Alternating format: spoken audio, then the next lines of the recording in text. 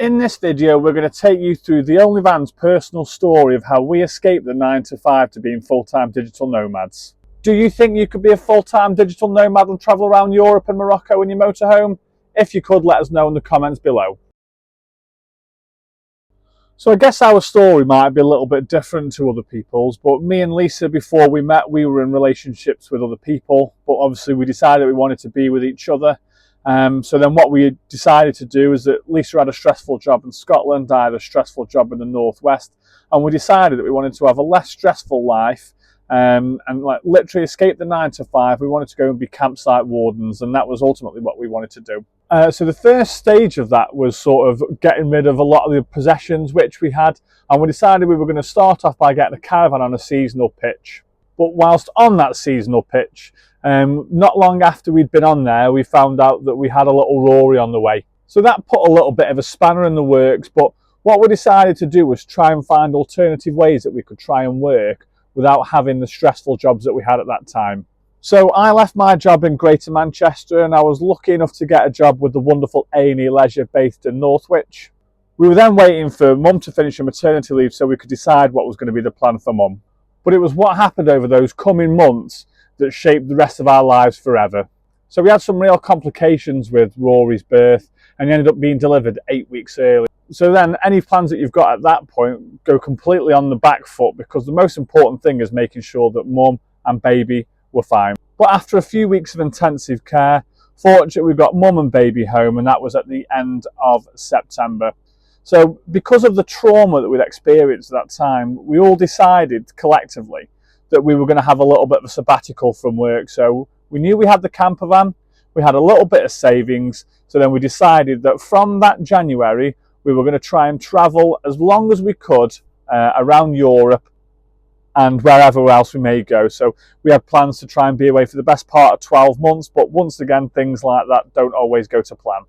So we set off on the 2nd of January, and we were away for around about 3 months before ultimately the money ran out. So it was at that point that I had to pick up some online remote work, and that's sort of really where our digital nomad journey started. And it wasn't long after that that we realised that actually this could be a real life for us both. So once we'd got back from our travels, having been away for about 5.5 months, and we'd absolutely made the decision that we wanted to become digital nomads, we then went through the process of making sure that we could get rid of all of our belongings. So we got rid of the caravan, tried to sell as much of the things as we could. We put as much stuff as we could into a storage unit, and that's probably one of the most challenging parts, is trying to make sure that, and it's letting go and being able to have the rather than just thinking, oh well, I might use that one time. We're quite strict here that if we haven't used it for a number of months, then it's time to go. So I spent the summer working at A&E Leisure, and then I got a job working for an insolvency practitioner based in Bolton. And then after the NEC in October last year, we had no storage unit, and everything that we owned was in this 7 metre by 2 metre metal box. So we don't have the storage unit anymore. Everything we have is in here. But what was surprising though was just how freeing it was not having all the belongings that we had before. Once you can get past that initial stage of feeling like you need to have absolutely everything, the biggest challenge was always going to be what we did for Rory as he grew up. I think it's important to say that it's not all plain sailing, and there are hurdles and challenges that you come up against. But I suppose it's about making sure that you've got a tightly knit family unit and making sure that any challenges that there are is easy to overcome. Like things that are always in the back of your mind is, what if we're, miles and miles and miles away from home and we lose our jobs? Or what about if for whatever reason we can't get the internet?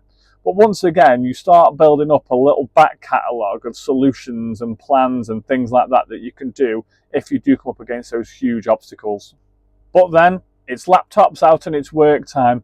And we've always tried to sort of make little routines so that you don't constantly feel like you're just trapped inside the motorhome. So one of the things which we like to do before work is we like to go for a walk, or we'll always try and have dinner together.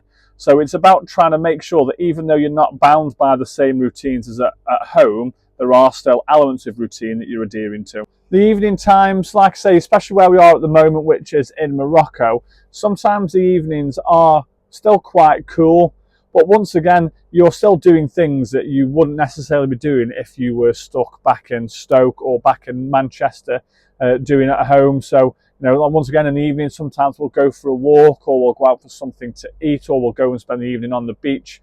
So there's lots of different things that we do to keep mixing things up. Now, I think one thing that this journey has taught us is it's taught us about how resilient we are as a couple. So if you can think, we are relatively confined here, but if anything, it's brought us closer together, and we definitely work better as a team. Sometimes I might need a little bit more help than Lisa, or vice versa, but it's about always making sure that you've got the other person's back. It's definitely helped us to appreciate the smaller things in life. So, you know, we are always eating our tea together, and that's not something that I've done for, well, probably ever in my whole life. So we always spend our evenings eating together, and it just means that because we don't have a lengthy commute in the morning or a lengthy commute in the afternoon, that as a family we're spending a lot more quality time together.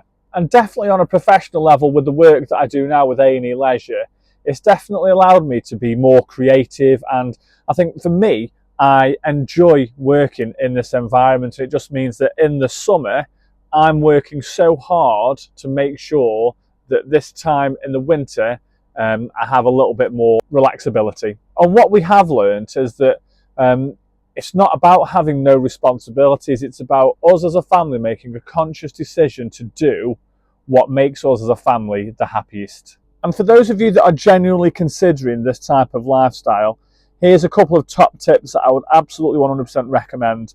So whatever you do, don't go and sell everything straight away. Ease yourself into it gently. Make sure that if you decide a little bit further down the line that it's not for you, you can always press the reset button and go back to how it was before, rather than having to completely start again. Initially, start off with short trips. Like I say, it's about dipping your toe in the water and just seeing if that lifestyle really is for you.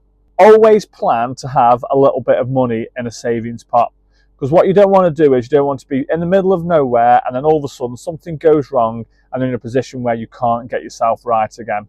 It's about making sure as well that you've got the right tools. So make sure you're never going to have to worry about the internet. Make sure that you are going to have the right equipment and having a portable workspace. So I quite like having an actual desk, whereas Lisa prefers sitting at the dining room table at the front of the motorhome. In fact, I'll show you a little glimpse of my desk now. 1 second.